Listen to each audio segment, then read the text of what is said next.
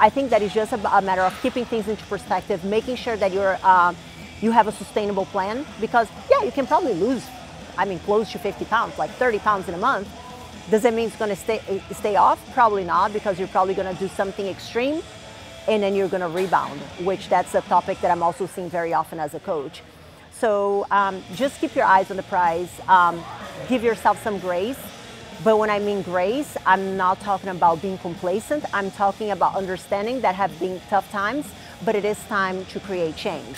And that change is going to take time, and that's okay, but you have to start now.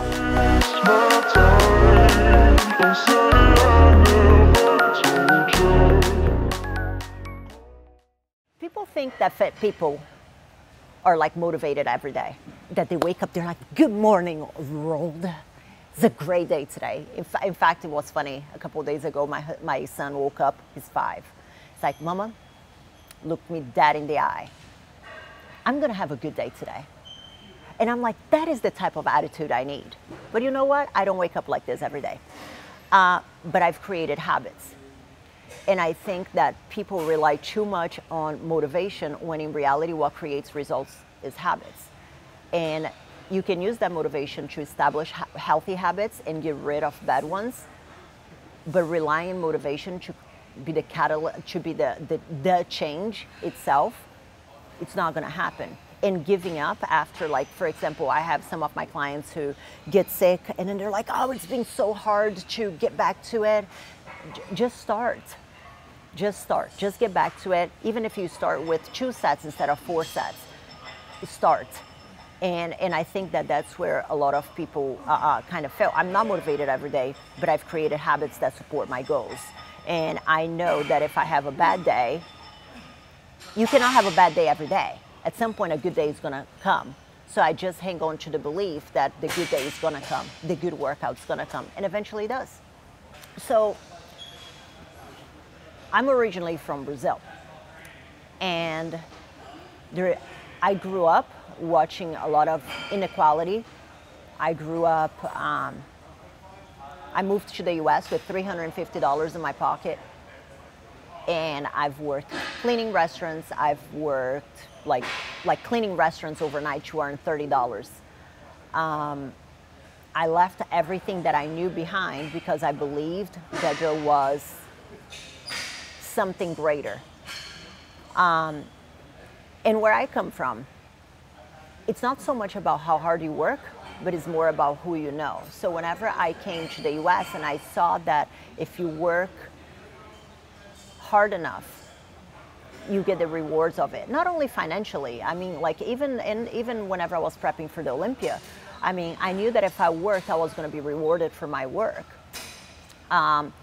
So I think that always believing that if I put in the work and if I believe in myself, I mean, nobody believed in me when I moved from Brazil to here.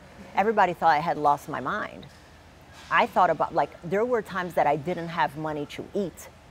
I had to live off the dollar menu at Wendy's across the place where I lived because that's the only thing I could afford. So I've known what hardship looks like literally having to put $5 of gas in my car to be able to get to work and pray that I made enough money to get back home.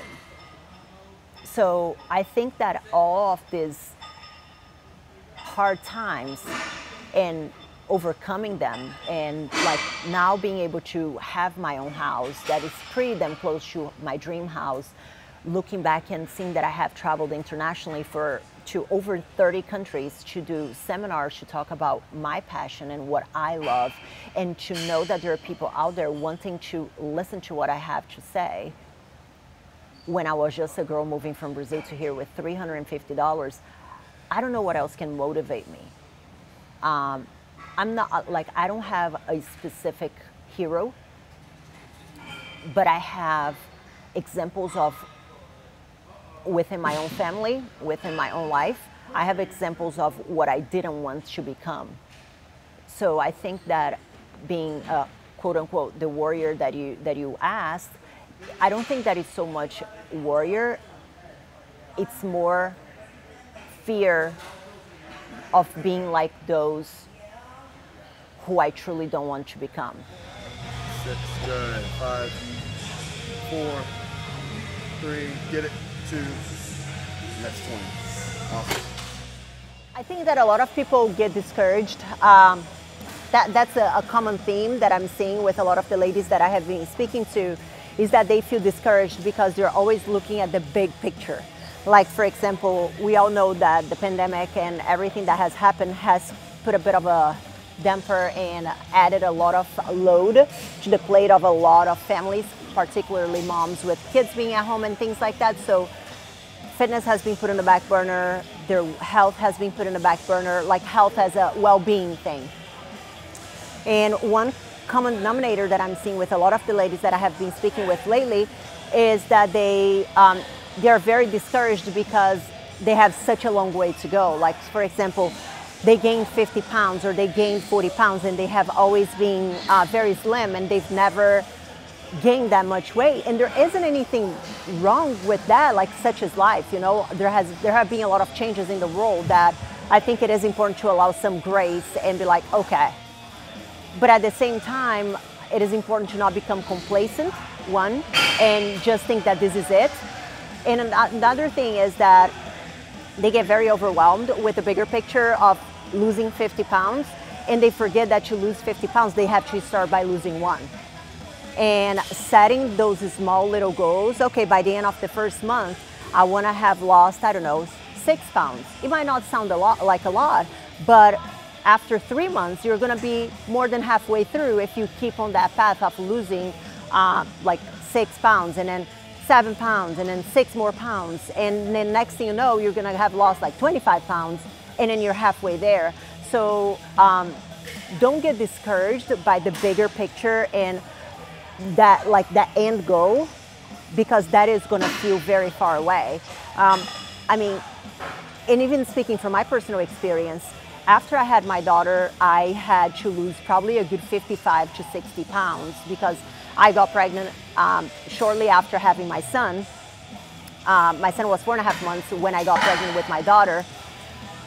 So by the time I had her, there was a little bit of weight that I particularly wanted to lose. And it was a long road. But I kind of had to have a pep talk with myself and break that big goal into small little chunks, so I didn't become overwhelmed and so I didn't feel defeated because I hadn't lost the 50 pounds in a month. So I think that it's just a matter of keeping things into perspective, making sure that you have a sustainable plan, because yeah, you can probably lose, I mean, close to 50 pounds, like 30 pounds in a month.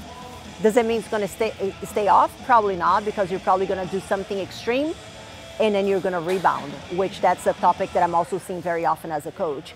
So just keep your eyes on the prize, give yourself some grace.